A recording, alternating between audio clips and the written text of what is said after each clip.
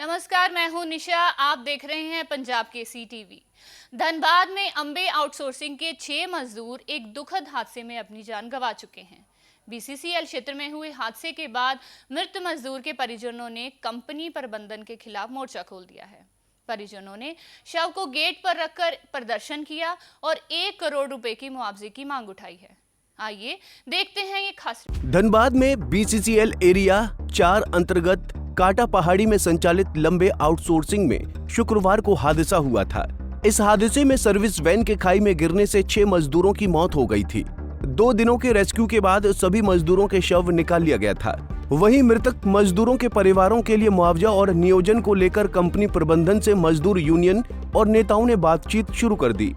इस बातचीत में मृतक मजदूर के आश्रितों को 20-20 लाख रुपए की मुआवजा राशि देने पर सहमति बनी है। वहीं आश्रित सदस्य को नियोजन और दाह संस्कार के लिए 50,000 रुपए नकद देने पर सहमति बनी थी। वहीं हादसे में जान गंवाने वाले राहुल रवानी के परिजन ने पूर्व के वार्ता को मानने से इनकार कर दिया है। शव का पोस्टमार्टम कराने के बाद परिजन और ग्रामीण कंपनी कार्यालय पहुंचे। कंपनी कार्यालय के गेट के सामने शव रखकर लोगों ने प्रदर्शन किया है। परिजन 1 करोड़ रुपए मुआवजा देने और नियोजन की मांग कर रहे हैं। मांग पूरी नहीं होने तक उन्होंने आंदोलन जारी रखने की बात कही है। धरने पे बैठे हुए हमारे ही घर के एक बच्चा जो थे यहाँ पे काम कर रहे थे, वो मलबा खिसकने की वजह से सबको वो न्यूज़ पता होगा। और जो उसमें वार्ता हुआ, जो समझौता हुआ, राहुल रवानी के परिजन की ओर से ना कोई वहाँ पे ऑथराइज पर्सन था, ना उनके घर के परिवार के लोग थे। तो समझौता किससे हुआ नहीं हुआ किसी को पता नहीं है। समझौता हो गया और इस समझौता से हम लोग बिल्कुल संतुष्ट नहीं है, क्योंकि उसका नया नया शादी हुआ था और एक छोटा बच्चा है। उसका जवाबदेही, जिम्मेदारी, एक लाश का, एक किसी का जिंदा इंसान का कीमत ये लोग कीड़े मकोड़े की तरह लगा रहे हैं। ऐसा अब नहीं चलेगा। ये हम लोग लगभग 1 करोड़ मुआवजा चाहते हैं, क्योंकि वो अभी नवविवाहित, उसके छोटे से बच्चा है और वो काम करने के लिए सक्षम नहीं है। बूढ़ा माँ बाप है उसका, उसके सारा जिंदगी का भरण पोषण के लिए 20 लाख 15 लाख रुपया कहीं से भी उचित नहीं है। और ये जो समझौता किया ये बिल्कुल अन्याय है और इस समझौता से हम लोग बिल्कुल भी संतुष्ट नहीं है। आगे का कार्रवाई वो लोग करेंगे। हम लोग यहाँ बैठे हुए लाश लेके बुलडोजर चला देते लोगों पे और लोग आएंगे। इसके बाद हम लोग रोड जाम करेंगे। यहाँ के बाद रोड जाएगा, कंपनी बंद होगा, सारा एरिया बंद होगा। एक एरिया नहीं, सारे एरिया को बंद किया जाएगा। वहीं जगदीश रवानी ने कहा कि प्रबंधन और अंबे कंपनी के एक भी स्टाफ ने भी मृत राहुल रवानी के परिवार से संपर्क नहीं किया है। उन्होंने कहा कि बड़े अधिकारियों में से कोई बात करने के लिए नहीं आया है। धरने पर बैठने का मूल कारण हो गया है कि जो परसों जो घटना हुआ अंगारपत्थर में, इसमें जो है कि ना अभी कोयला प्रबंधक अभी तक बात किया है, ना जीएम, ना कोई एगो अफसर कहीं से पूछा नहीं। काल लाश उठा करके दे दिया है, पोस्टमार्टम भेज दिया है, कोई किसी से वार्ता नहीं हुआ है। ना अंबे कंपनी का कोई एगो स्टाफ आके अभी तक नहीं पूछा है। जो कि हमारा ज़मीन है, हमारा ज़मीन से कोयला निकलता है और हमारा ही आदमी का जान भी जा रहा है। लेकिन यहाँ जो है कि एक भी व्यक्ति यहाँ जो है कि बात करने के लिए रेडी नहीं है।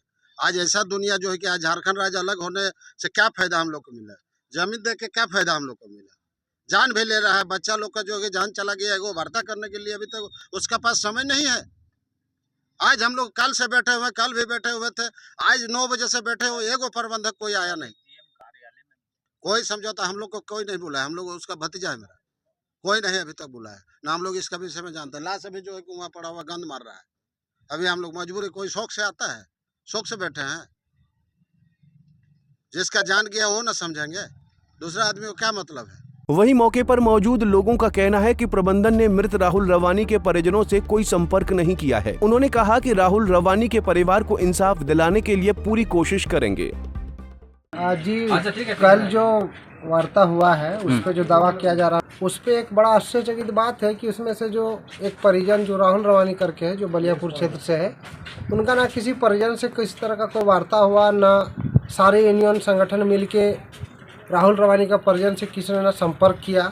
मगर वहाँ जाके एक सौदेबाजी जैसे होता, उनके लाश को एक कुछ रकम पे सौदे की तरह तय कर दिया गया कि इतना मुआवजा मिलेगा।